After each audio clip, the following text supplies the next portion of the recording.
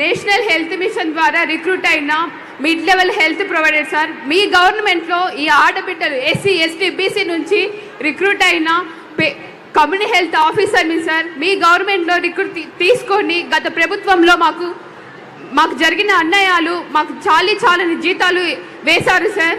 మీ ప్రభుత్వంలో మాకు full salary వస్తుందని ఆశిస్తున్నాము. 2022లో జరిగిన NHM కాంట్రాక్ట్ అందరికీ 23% హైక్ ఇచ్చారు. మాకెందుకు ఇవ్వలేదని అడుగుతున్నాం సార్. అది దేని వలన ఇవ్వలేదు మాకు. మేము కూడా నేషనల్ హెల్త్ మిషన్ ద్వారా నుంచి రిక్రూట్ అయిన ఆడబిడ్డలమి సార్. ఈ జాబ్లో ఉన్న 86% గర్ల్సే ఉన్నారు సార్. పిఎఫ్ అమౌంట్ కూడా మాకు ఆపేశారు సార్. అది ఎందుకు ఆపేశారు? పిఎఫ్ ఫండ్ మరలా ఇవ్వాలని కోరుతున్నాం సార్. అలాగే బిల్డింగ్స్ కూడా సగము కంప్లీట్ అవ్వలేదు సార్.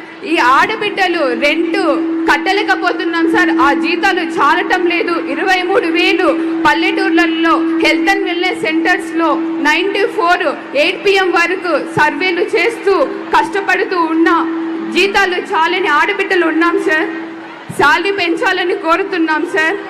అలాగే 6 years అందరూ కూడా డిమాండ్స్ ఉన్నాయి. మీరు ఏదైనా ఉంటే ఇవ్వండి. నేను కూడా అందరి సమస్యల పరిష్కారం చేయాలని ఆలోచిస్తున్నాను. కానీ అందరి సమస్యల పరిష్కారం చేసేటప్పుడు నేను ఎన్నికలప్పుడు చెప్పిన హామీలు ఉన్నాయి. అదే మరి మీకు చెప్పాల్సినటువంటి మీకు సమస్యలు వస్తూ ఉంటాయి. 1 by 1 పరిష్కారం చేసుకుంటా ముందుకు పోతాం. ఏదైనా ఇంత మునుపు కూడా మీరు యంగ్స్టర్స్ మీరు ఆలోచించుకోవాలి. 10 లక్షల కోట్ల రూపాయల అప్పులు కూడా ఉన్నాయి.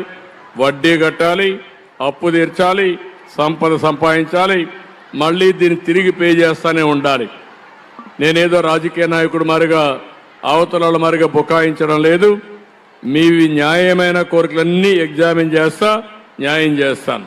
ఓకే, థ్యాంక్ యూ అమ్మా. అందరికీ నమస్కారం.